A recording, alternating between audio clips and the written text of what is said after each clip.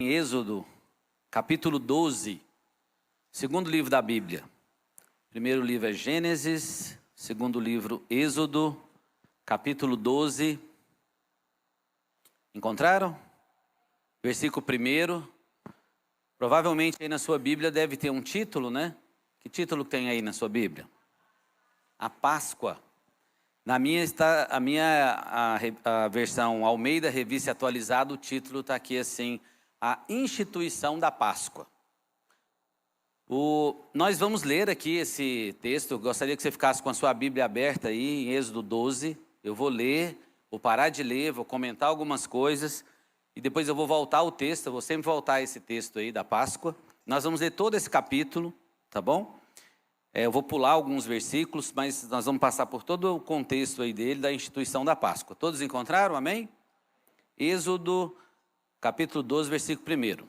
Fala assim: E disse o Senhor a Moisés e a Arão na terra do Egito: Este mês vos será o principal dos meses, será o primeiro mês do ano. Deixa eu falar uma coisa para vocês. Para os judeus, para os israelitas, o primeiro mês do ano não é janeiro, tá? O Réveillon para os judeus e para os israelitas não é no dia 31 de dezembro. O ano religioso para os judeus começa na Páscoa, que é em abril. Esse mês é chamado de Abib, na linguagem dos judeus. Na época da Babilônia eles chamavam de Nissan. Então o primeiro mês do ano é a Páscoa, que é agora em abril. Então esse momento que nós estamos vivendo é o começo de um novo ciclo.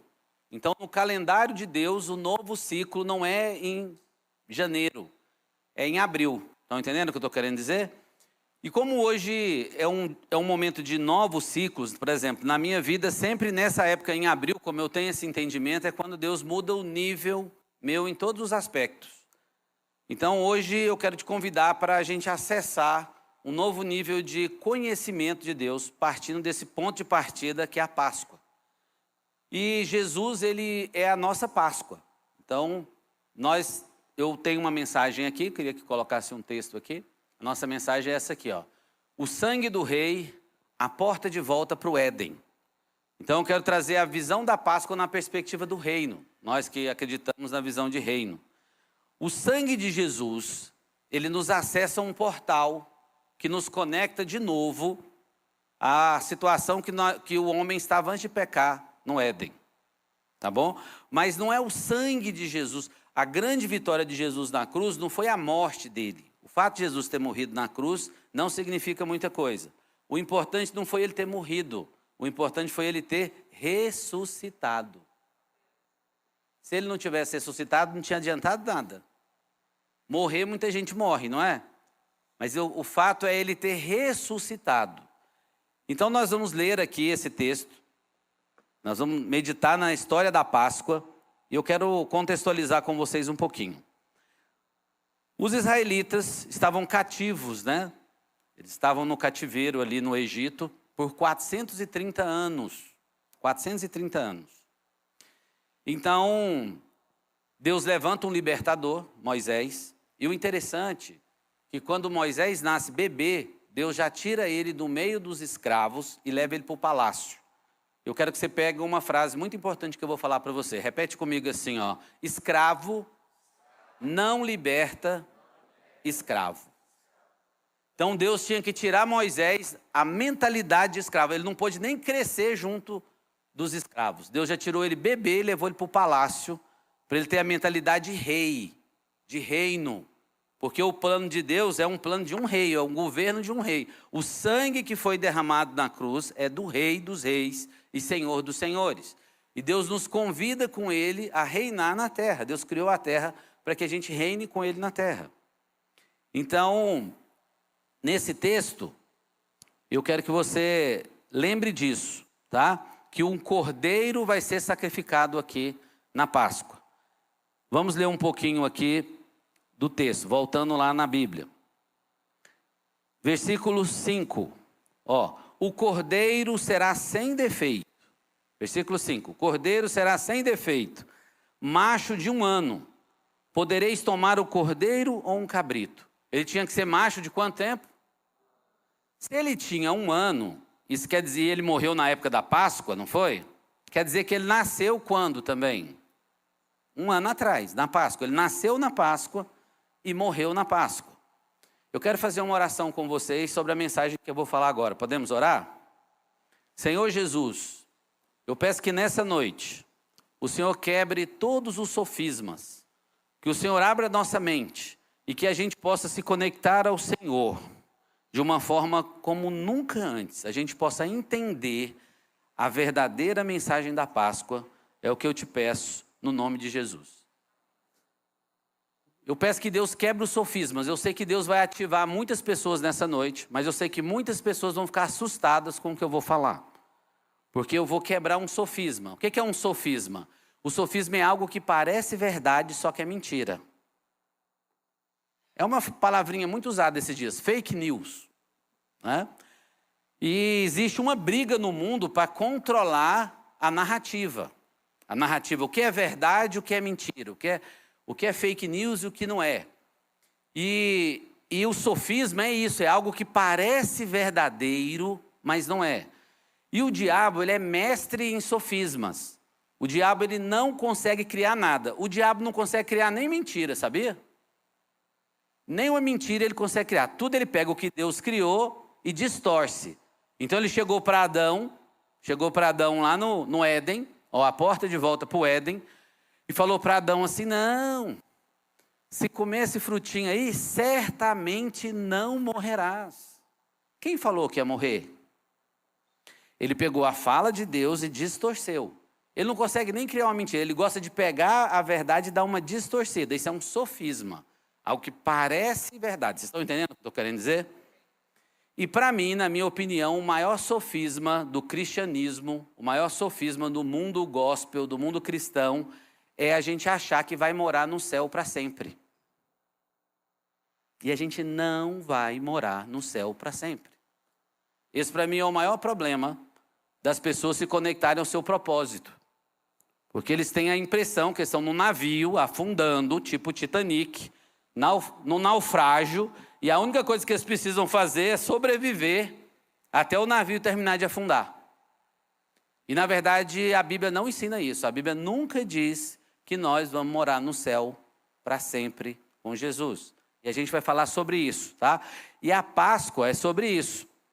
A Páscoa é o resgate de Deus para nos colocar na posição que a gente tinha no Éden. E qual era a posição que a gente tinha no Éden? Deus criou, talvez você nunca leu a Bíblia toda, ou talvez você nunca entendeu a Bíblia. E se você acha que vai morar no céu, com certeza você não entendeu a Bíblia.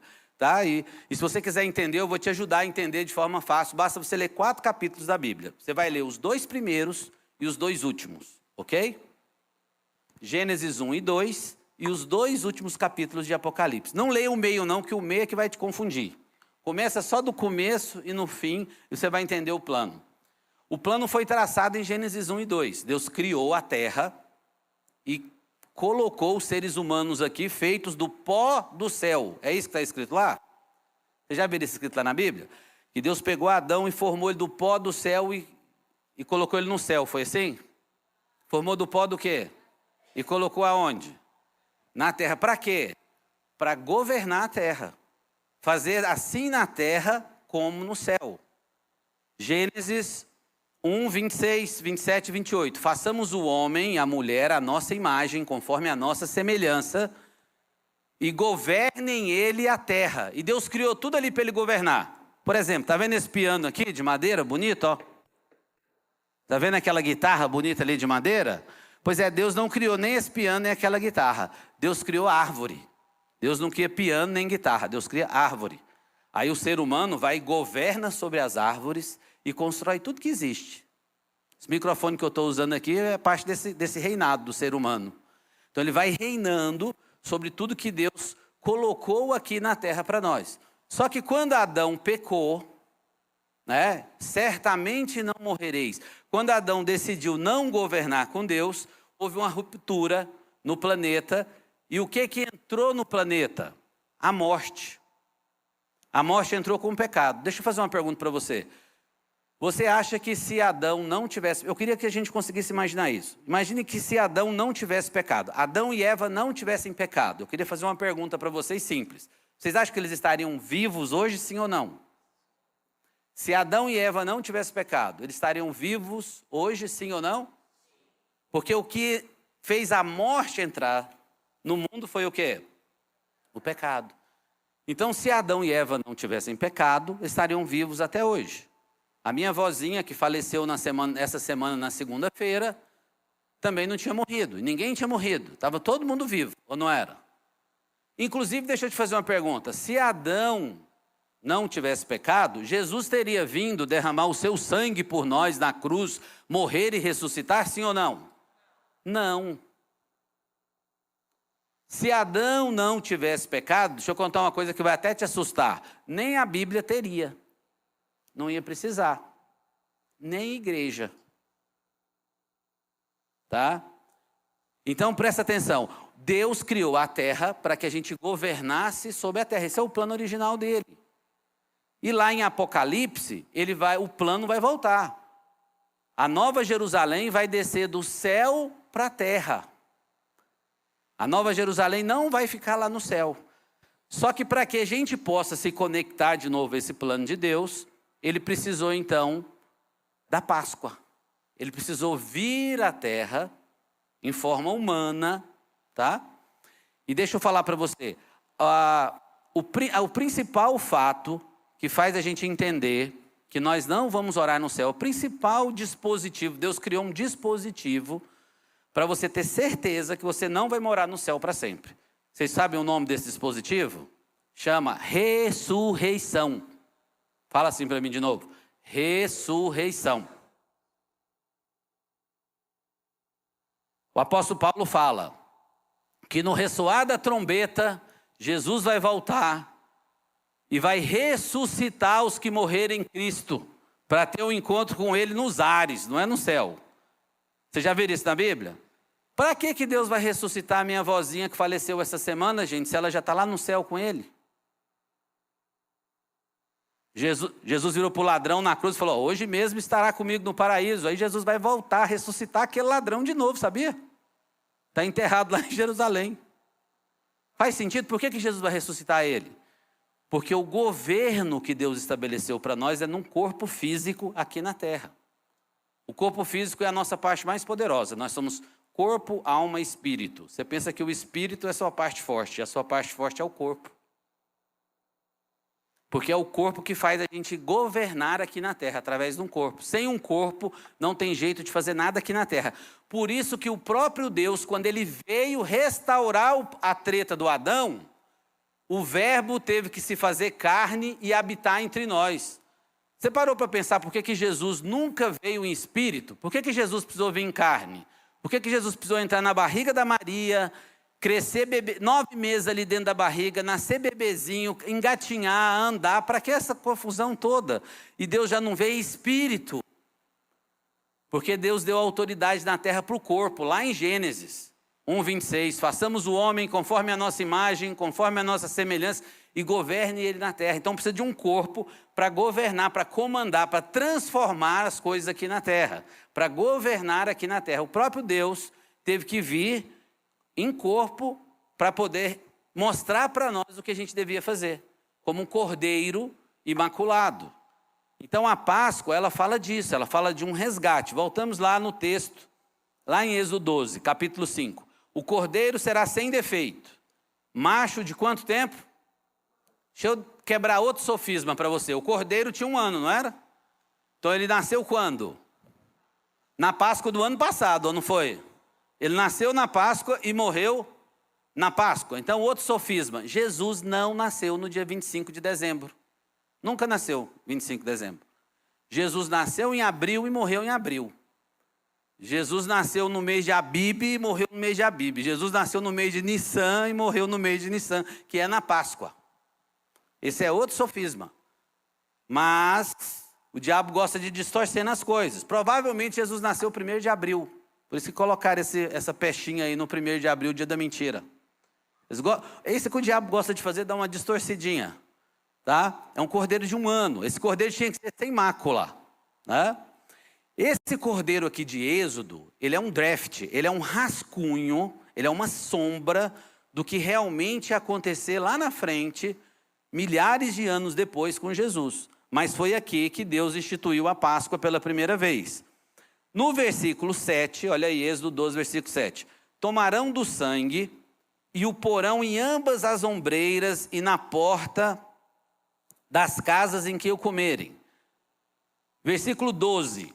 Porque naquela noite eu passarei pela terra do Egito e ferirei na terra do Egito todos os primogênitos, desde os homens até os animais. Executarei juízo sobre todos os deuses do Egito. Eu sou o Senhor. O que aconteceu? Os israelitas estavam escravizados por quantos anos? 430 anos. Então Deus levanta um libertador, Moisés, tira ele do meio dos escravos, coloca no palácio, coloca a mentalidade de reino na cabeça dele e leva ele para libertar o povo. Quando ele chega para falar com o faraó e fala para o faraó, Deus mandou libertar o povo. O faraó fala, beleza, sim ou não? Deus endurece o coração de faraó e Moisés então começa o quê? A clamar pelas pragas e Deus vai mandando aquelas pragas. Cada praga daquela foi destruindo um deus do Egito. Cada praga daquela. E a última praga foi a morte dos primogênitos. Então Deus falou, olha, chama os israelitas, faz uma cerimônia que nós vamos chamar de Páscoa, mata um cordeiro, pega o sangue dele, passa nos umbrais das portas, porque essa noite o anjo da morte vai descer aqui no Egito e vai matar todo o primogênito da casa que não tiver coberta pelo sangue. E quando o anjo descia naquela madrugada e via a casa que estava com sangue aspergido, ele ia e pulava a casa. Ele descia e via o sangue nos umbrais e ele pulava a casa. Sabe o que significa Páscoa? Páscoa significa passar sobre. O anjo vinha e passava sobre aquela casa. Pulava as casas, isso que significa Páscoa, passar sobre. O significado da palavra Páscoa é passar sobre. Então quem tivesse protegido pelo sangue daquele cordeiro, o anjo ia pular aquela casa e não ia matar ninguém, nenhum primogênito daquela casa. Versículo 13, o sangue vos será por sinal nas casas em que estiveres. Quando eu vir o sangue, passarei por vós, e não haverá entre vós praga destruidora quando eu ferir a terra do Egito. Versículo 14. Esse dia vos será por memorial, e o celebrareis com solenidade ao Senhor. Nas vossas gerações, o celebrarei por estatuto perpétuo. Deus estabeleceu a Páscoa como um cerimonial perpétuo. Quando o povo entrou na Terra Prometida, depois de atravessar o deserto, a primeira coisa que eles fizeram, quando entraram na Terra Prometida, quem sabe o que foi? Celebrar a Páscoa. A Páscoa é um estatuto perpétuo. Lá no versículo 22, continua aí na sua Bíblia. Tomai um molho de isopo, molhai-o no sangue que estiver na bacia, e marcai a verga da porta e as suas ombreiras com o sangue que estiver na bacia. Nenhum de vós saia da porta da sua casa até pela manhã. Ele repetindo de novo. Mata o cordeiro, derrama o sangue na bacia, molha ali o estopo da bacia, marca as portas, ninguém sai de casa, porque o anjo da morte vai descer. Porque o Senhor passará para ferir os egípcios. Quando vir, porém, o sangue na verga da porta, está explicando pela segunda vez, para todo mundo entender o que tinha que fazer. Em ambas as ombreiras, o Senhor passará acima daquela porta e não permitirá o destruidor que entre em vossas casas para vos ferir. Guardai isso por estatuto para vós outros e para vossos filhos forever. Para sempre. Está escrito aí no versículo 24. Continuando. Versículo 29. Aconteceu que à meia-noite feriu o Senhor todos os primogênitos da terra do Egito. Desde o primogênito de Faraó, que se assentava no seu trono, até o primogênito cativo que estava na enxovia, e todos os primogênitos dos animais. Deus desceu e matou todos os primogênitos, todos os filhos homens primogênitos, inclusive dos animais. Levantou-se Faraó de noite, ele, todos os seus oficiais e todos os egípcios, e se fez grande clamor no Egito, pois não havia casa em que não houvesse morto. Então, naquela mesma noite, Faraó chamou a Moisés e Arão e lhe disse: levantai-vos, sai do meio do meu povo, tanto vós quanto os filhos de Israel, ide, servi o Senhor como tem dito. Olha o que aconteceu, o faraó não queria deixar eles embora de jeito nenhum. O faraó já começou a gritar, vai embora, vocês têm que ir embora, pega descendo. O faraó entrou em pânico. Levai também convosco vossas ovelhas e vossos gados, como tendes dito. Ídios, vão embora e nos abençoe. Olha o que o faraó começou a fazer. O faraó não queria deixar eles ir embora. Então o faraó falou assim, pode ir, vai embora. Pega descendo, está liberado. Pode levar seus gados, suas ovelhas, levem suas riquezas. O faraó não queria deixar eles nem embora e agora já estava liberando ele com todas as riquezas. Os israelitas inteligentes, olha o que eles fizeram. Os egípcios apertaram com o povo, apressando-os, anda, lançá-los fora da terra, pois diziam, senão nós vamos morrer. E olha o que os israelitas fizeram, versículo 35. Fizeram, pois, os filhos de Israel conforme a palavra de Moisés e pediram aos egípcios objetos de prata e ouro e roupas. Falou, não, a gente não vai embora não agora.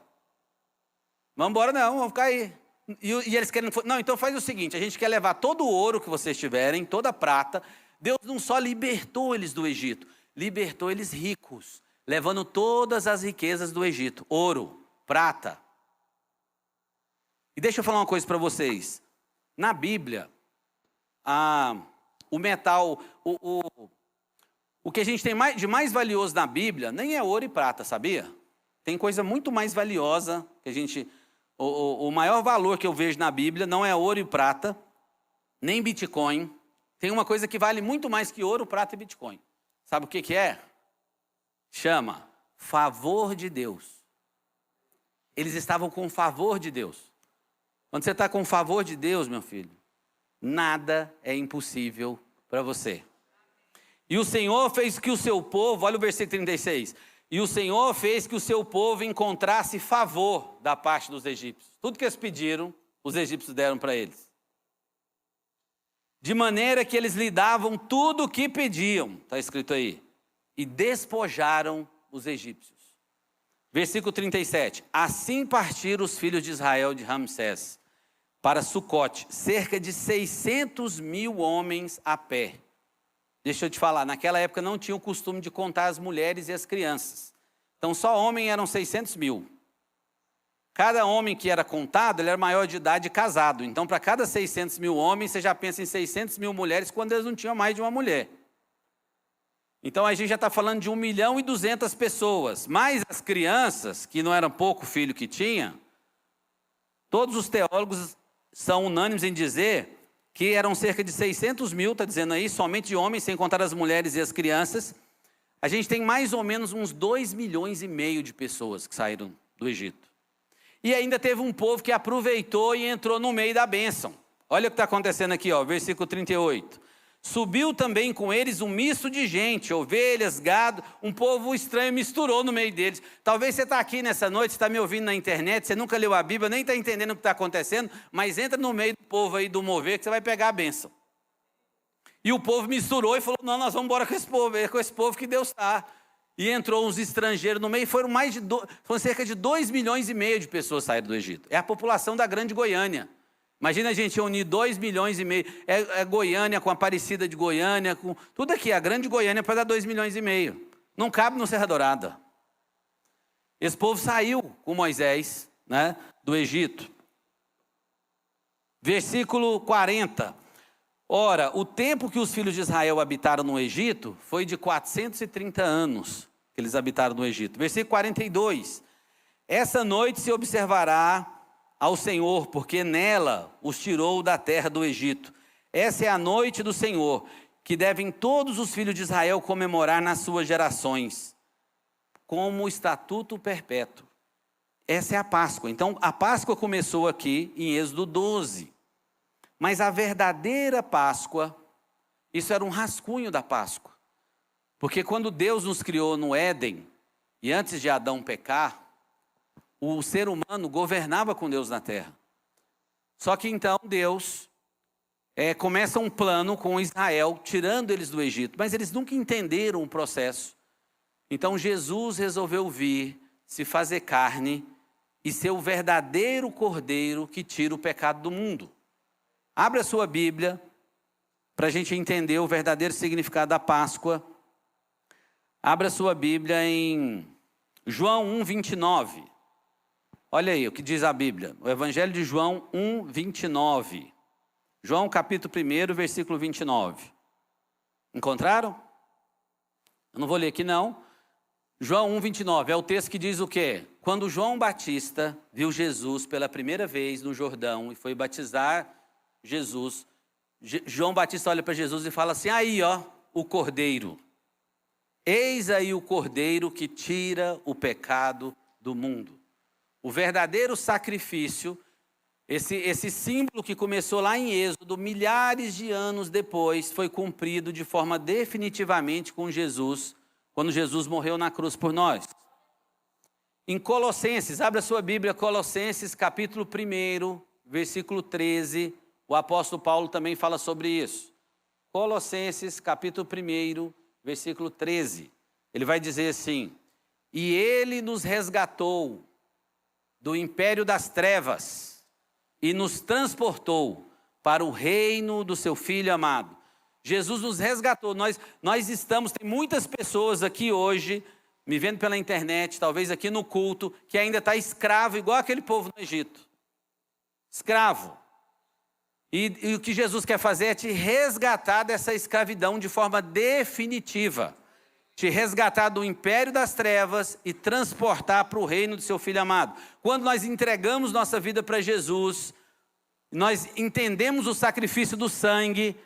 O sangue do rei, ele é uma porta que nos leva para o Éden, na situação que Adão estava antes dele pecar, e a gente pode então governar com ele na terra. Esse é o plano que Deus tem para nós. É como se o sangue de Jesus fosse um buraco de minhoca. Vocês já viram falar disso? Ele é um portal que você vai entrar e vai voltar numa outra situação lá no Éden. Deus restaura o reino. É isso que Jesus fez na Páscoa.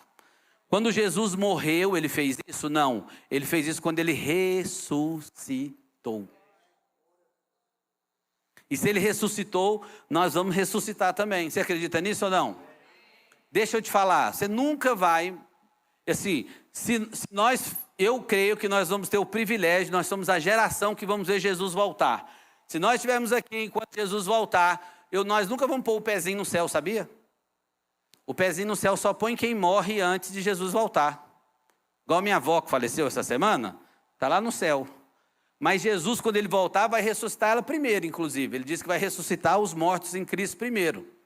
Mas quem estiver vivo nem vai, só vai ter um encontro com ele nos ares, não nos céus. E a nova Jerusalém vai descer do céu para a terra, para a gente reinar na terra com ele.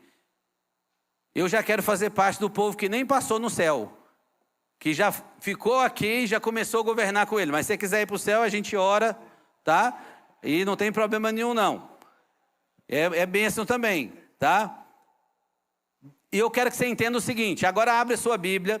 Para você entender isso que eu estou falando para você, basta ler quantos capítulos da Bíblia que eu falei? 4. Quais os 4? Gênesis 1 e 2, os 2 primeiros capítulos de Gênesis e os 2 capítulos finais de Apocalipse. Mas como você tem medo de ler Apocalipse, eu vou ler um pouquinho com você hoje, tá? Para você ficar tranquilo. Então abra sua Bíblia aí em Apocalipse capítulo 13. Apocalipse 13, versículo 8.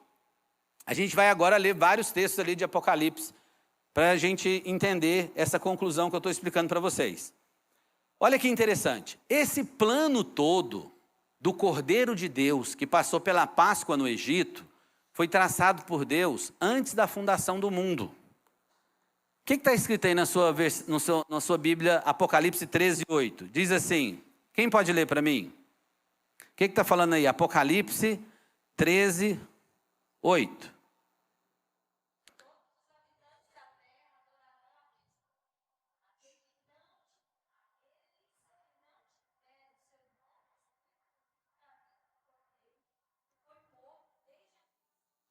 Quando que o Cordeiro de Deus foi morto? Desde a criação do mundo. Jesus também não morreu lá no dia da Páscoa. Deixa eu falar para você. Você já assistiu aquele filme do Doutor Estranho? Depois você assiste, que ele tem o medalhão lá que sai do tempo. Jesus está fora da linha do tempo. Tá? Então já foi estabelecido que Jesus morreria por nós antes de Deus criar todas as coisas, antes do Éden. Tá? Mas vamos ler um pouquinho agora juntos Vamos ler um pouquinho juntos agora de Apocalipse. Abre sua Bíblia aí, agora, a Páscoa de Cristo nos reconecta ao plano original. O reino foi reaberto, a porta foi colocada e a escravidão foi quebrada. O plano original sempre foi reinarmos com Jesus na terra desde o Éden. Apocalipse capítulo 1. Vamos agora para uma sequência aqui de leitura em Apocalipse, eu vou ler com vocês. Apocalipse capítulo 1. Apocalipse 1, versículo 5 e 6. Apocalipse 1, versículo 5 e 6. Encontraram aí? Olha o que diz aqui, ó. E da parte de Jesus Cristo, a fiel testemunha, o primogênito dos mortos. Então, porque Jesus ressuscitou, ele é o primogênito, e quem morrer em Cristo vai ser ressuscitado com ele, e quem não morrer em Cristo vai ter um encontro com ele nos ares. E da parte de Jesus Cristo, a fiel testemunha, o primogênito dos mortos e o soberano dos reis da terra, aquele que nos ama e pelo seu sangue nos libertou dos nossos pecados e nos constituiu reino e sacerdotes para o seu Deus e Pai. A ele a glória e o domínio pelo século dos séculos. Pelo seu sangue nos libertou dos nossos pecados e nos constituiu reino e sacerdotes. Nós estamos falando de um rei. Eu escrevi um livro agora, vou lançar ele esse mês. O livro que eu escrevi chama Um Rei, um Reino e uma Família Real. A Bíblia só fala disso. A Bíblia só fala de um rei que criou um reino invisível, os céus, e um reino visível, a terra, e colocou os seres humanos para reinar na terra, que é a sua família real. Quando o sacrifício do sangue de Jesus, quando nós aceitamos o sacrifício do Filho de Jesus, nós aceitamos o sacrifício do sangue de Jesus, a Bíblia diz que ele nos dá o direito de sermos filhos dele. E se nós somos filhos deles, quem é filho do rei faz parte da família real. Então, quando nós acessamos o sacrifício do sangue, nós nos tornamos família real. E vamos reinar com ele aonde? Vamos ver onde a gente vai reinar com ele. Continua em Apocalipse agora, capítulo 5. Apocalipse capítulo 5, versículo 9. Vamos lá, Apocalipse capítulo 5, versículo 9. Diz assim. Versículo 9 e 10. E entoaram um novo cântico dizendo: digno és de tomar o livro e de abrir os selos, porque foste morto e com o seu sangue... Quem foi morto? Jesus. Porque foste morto e com o seu sangue compraste para Deus os que procedem de toda tribo, de toda língua, de todo povo e de toda nação. Nós de Goiânia estamos incluídos aí? Falou que é o povo da onde? Procedem de toda tribo, de toda língua, de todo povo. Serve para nós também? E toda nação. E para o nosso Deus os constituístes o quê? Reino e sacerdotes. Essa sempre foi a nossa posição. E aí conclui falando assim, ó. E reinarão sobre o céu. É o que está escrito aí? O que está escrito aí? E reinarão sobre a terra. O sangue de Jesus, ele é a porta que nos conecta de volta para a situação de governo de Adão lá no Éden. Para reinar com ele aqui na terra. Isso vale para toda tribo e para toda nação. Mas continuamos lendo. Apocalipse ainda, versículo 21, capítulo 21, lá no finalzinho. Eu falei para vocês lerem os 2 últimos capítulos, estamos chegando lá. Apocalipse 21, versículo 2 e 3. Olha o que diz lá em Apocalipse 21, o versículo 2 e 3. Vou ler do primeiro para você. Esses são os 2 últimos capítulos, Apocalipse 21 e 22, para você ler depois. Olha o que diz: vi novo céu e nova terra, pois o primeiro céu e a primeira terra passaram e o mar já não existe. Vi também a cidade santa, a nova Jerusalém, que subia da terra para o céu. É o que está escrito aí? Vi também a nova Jerusalém, que fazia o quê? Descia do céu para a terra. Deixa eu explicar uma coisa para vocês. O plano de Deus foi sempre fazer céus e terra ser uma só grei. Quando eu era crente lá da Assembleia de Deus, tem um hininho lá que a gente cantava isso, que céus e terra vão virar uma só grei, eles vão se fundir. O plano de Deus é que os céus invadam a terra. Deixa eu falar um negócio para você. Se você está pensando em ir para o céu, tem uma péssima notícia para te dar. Deus está de mudança para a terra. Você quer ir para o céu e ele está vindo para a terra. Sabe o que é o inferno? O inferno é o lugar onde Deus não está. Olha bem para onde você está querendo ir. Tá? Vi também a cidade santa, a nova Jerusalém, que descia do céu da parte de Deus, ataviada como a noiva adornada para o seu esposo. Versículo 3. Então ouvi grande voz vinda do trono dizendo: eis o tabernáculo de Deus com os homens, e Deus habitará com eles, e eles serão povos de Deus, e Deus mesmo estará com eles, e enxugará toda lágrima. No céu ou aonde? Na terra. Presta atenção.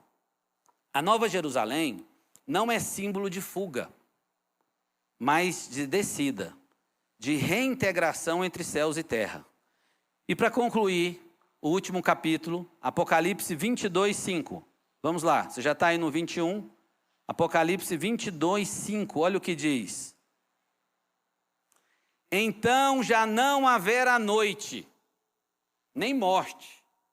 Então já não haverá noite, nem precisam eles de luz de candeia, nem a luz do sol, porque o Senhor Deus brilhará sobre eles, e reinarão pelos séculos dos séculos dos séculos aqui na terra.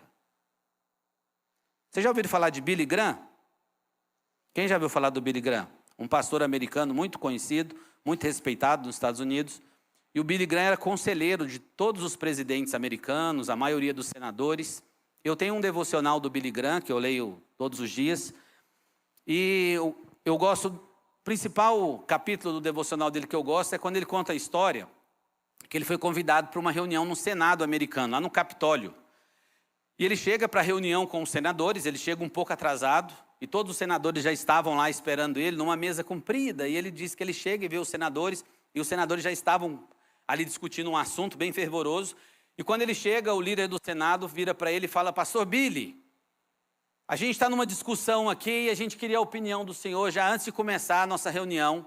A gente está na discussão seguinte: a gente quer saber se o senhor é uma pessoa otimista ou pessimista sobre o futuro da terra. E ele falou assim: claro que eu sou otimista. E aí olharam para ele, pelo jeito de uma grande turma lá que era pessimista. Ele falou: claro que eu sou otimista. E eles falaram: por quê? Ele falou assim: porque eu li o último capítulo da Bíblia. Vocês acham de ler ele hoje? Lê só o primeiro, Gênesis 1 e 2, e os dois últimos, Apocalipse 21 e 22. Você vai entender o que eu estou explicando para você. Mas o diabo, ele é mestre no sofisma, de querer te levar para o lugar onde Deus não quer que você vai. O plano nunca foi tirar da terra, o plano nunca foi nos tirar da terra, mas trazer o céu de volta para a terra. Assim na terra como no céu, a oração do Pai Nosso. Tem uma mensagem minha no YouTube aí da God Provider, e o nome da mensagem é essa: assim na terra como no céu. Assiste ela para você ver. Eu vou explicar isso mais detalhado ainda. A Nova Jerusalém é a capital do reino eterno de Deus. E nós vamos reinar com Deus. E o trono de Deus vai ficar dentro da Nova Jerusalém na terra. Deus nunca mudou de ideia.